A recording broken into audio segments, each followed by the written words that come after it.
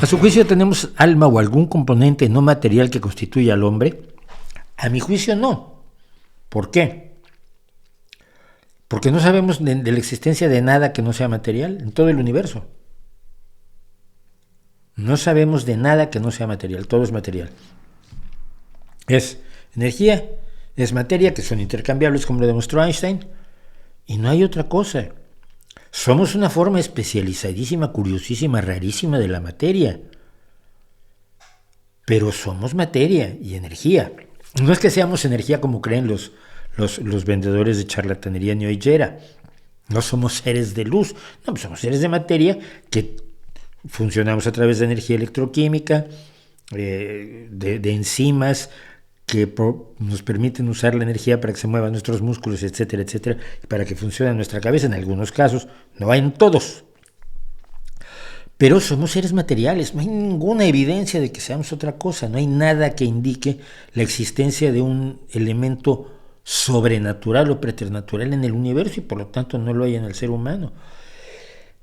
Y fíjate, si hubiera algo sobrenatural en el ser humano,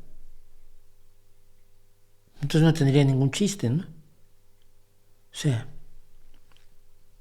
¿qué curiosidad tiene? Es que es más allá de lo natural, es una cuestión sobrenatural, no material, no perteneciente al universo. Bueno, entonces ya eso lo explica todo, pues qué chiste. Lo que realmente es apasionante, lo que realmente es maravilloso, es que existamos como forma compleja de organización de la materia. Y que cada uno de nosotros sea resultado de asuntos tan improbables como que ese día tus papás, a excepciones, sí, y fecundación in vitro, pero en general, tus papás decidieron que iban a jugar al doctor, o al papá y a la mamá. Y ese día, un espermatozoide de los millones que puso ahí tu papá, no porque quería ponerlo, sino porque se vio forzado por las circunstancias, uno de esos espermatozoides logró entrar en el óvulo de tu mamá. Y a diferencia de muchos óvulos fecundados que se van al cuerno pese a estar fecundados, abortos naturales que si el Papa supiera que existen se nos moriría del horror, por no decir todos los de hazte oír, ese óvulo tuvo suerte y pudo evolucionar hasta convertirse en tu bebé. Y naciste. Y sobreviviste, y estás aquí. Y vas a estar aquí por un tiempo limitado, 70, 80, 90, 100 años. Todo lo que puedes experimentar es eso. Y en ese tiempo puedes experimentar un montón de cosas. Puedes aprender muchísimas cosas, puedes disfrutar muchísimas cosas, puedes conocer, puedes jugar, puedes divertirte, puedes oír música, puedes trabajar, puedes desarrollar tus habilidades. Y todo eso con solamente materia de la misma de la que están hechas las piedras. ¿No es eso maravilloso?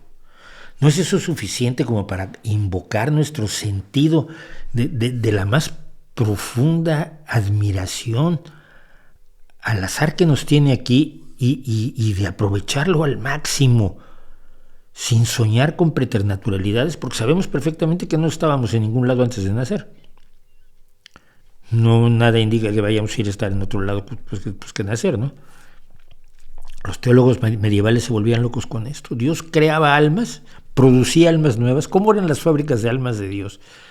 Y se devanaban los sesos, no tenían nada mejor que hacer porque estaban los campesinos trabajando para ellos. Como hoy todo el mundo trabaja para los curas, pues tenían tiempo de pensar en esas cosas. Y sin llegar nunca a ninguna conclusión. Pero si te asumes como lo que sabes que eres y no lo que podría ser, si no te vas a las especulaciones, sino a los hechos constatables de los elementos que forman tu cuerpo, carbono, hidrógeno, oxígeno, nitrógeno, azufre y potasio. ¿Sí? ¿Chomsky? Creo que sí.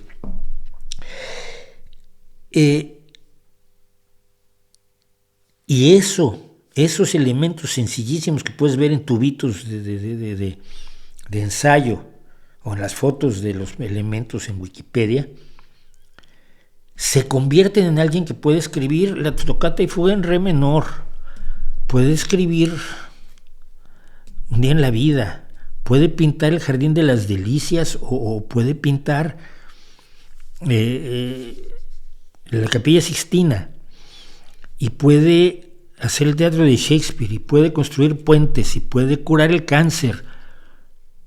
¿No es maravilloso? ¿Para qué necesitamos lo inmaterial, lo sobrenatural, lo preternatural? A mí me estorba, me sobra. Es una coartada que me impide apreciar las maravillas del universo y de mi universo como persona y de la gente a mi alrededor, porque como he dicho muchas veces, cuando yo veo a la gente a mi alrededor, estoy muy consciente que tienen los mismos derechos que yo, las mismas ganas de ser felices, las mismas ganas de cuidar a sus hijos y de divertirse con sus amigos y de encontrar cosas que les hagan alegre la vida, ¿no? Cuando tú caminas por un lugar donde hay grandes zonas habitacionales, ves edificios y ves ventanitas, te das cuenta que en cada uno de esos pequeños pisos o departamentos o apartamentos hay gente conformada por esta materia que está buscando desesperadamente la felicidad y probablemente lo están consiguiendo con su familia, con su trabajo, con su actividad, con su deporte, con su arte, con su ver la televisión y olvidarse del mundo. Todos y somos la misma materia. Yo creo que con eso debería uno estar más que satisfecho en su capacidad de asombro.